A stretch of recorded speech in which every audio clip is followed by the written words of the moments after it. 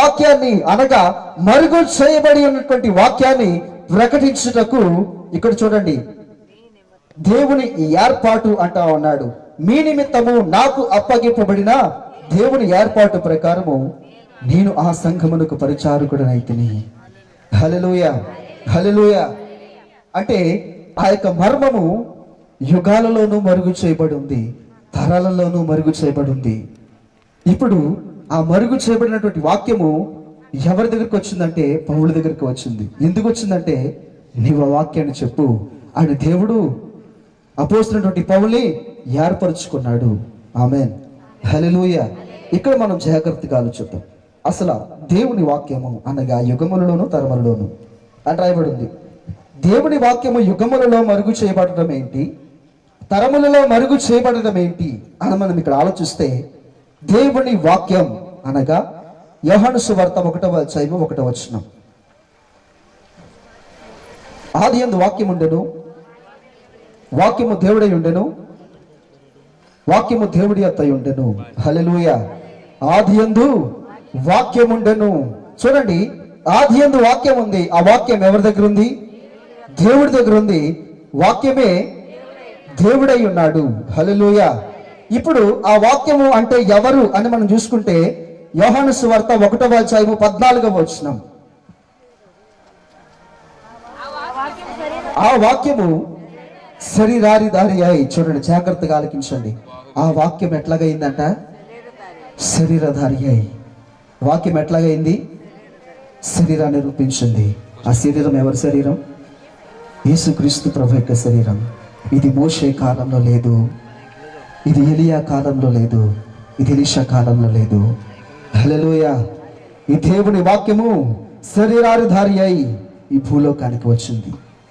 యేసుక్రీస్తు ప్రభు ఈ భూలోకానికి వచ్చి నీ కోసం ఆయన రక్తాన్ని కార్చి చనిపోయి తిరిగి లెగిసి పునరుద్ధానము చెందాడు అనే యుగములను తరములను మరుగు చేయబడినటువంటి దేవుని వాక్యాన్ని ప్రకటించుటకు, ఆ సువార్తని అనగా సత్య సువార్తని ప్రకటించుటకు పౌలును దేవుడు ఏర్పాటు చేసుకున్నాడంతే.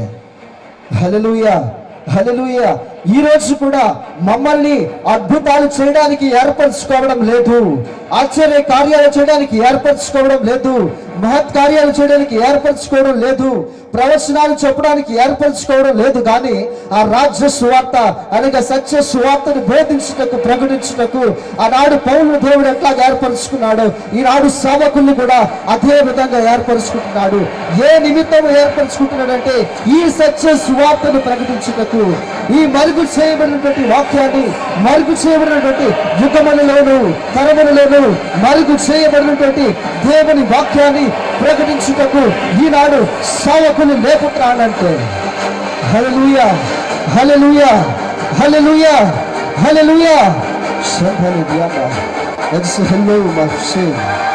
హోలీ స్పిరిట్ ఆఫ్ గాడ్, తండ్రి నీకు వందనాలు.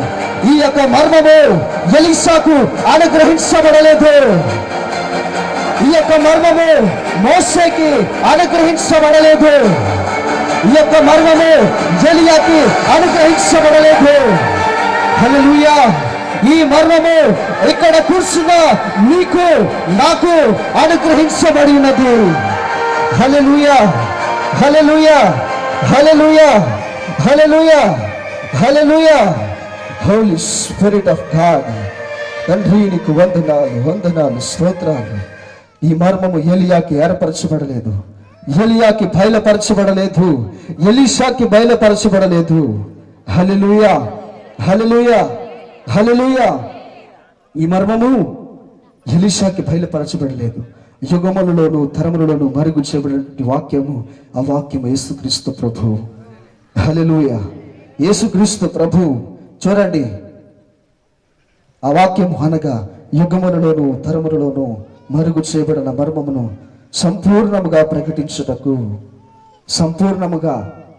సంపూర్ణముగా అంటే ఇది సంపూర్ణతలోని, అంటే సత్య సువార్తలోనికి ఇది వస్తుంది. చూడండి, యోహాను సువార్త 14 తీయదు కానీ 14:6 నేనే సత్యము, నేనే జీవము, నేనే మార్గము అని రాయబడి ఉంది. జాగ్రత్తగా ఆలకించండి. నేనే సత్యము, నేనే జీవము, నేనే మార్గము. హల్లెలూయా. యేసుక్రీస్తు ప్రభు నేనే సత్యాన్ని అంటా ఉన్నాడు. ఓకే, సత్య స్వరూపియకు ఆత్మ వచ్చినప్పుడు మీరు సర్వసత్యంలోనికి నడిపించబడదు అంటున్నాడు. జాగ్రత్త.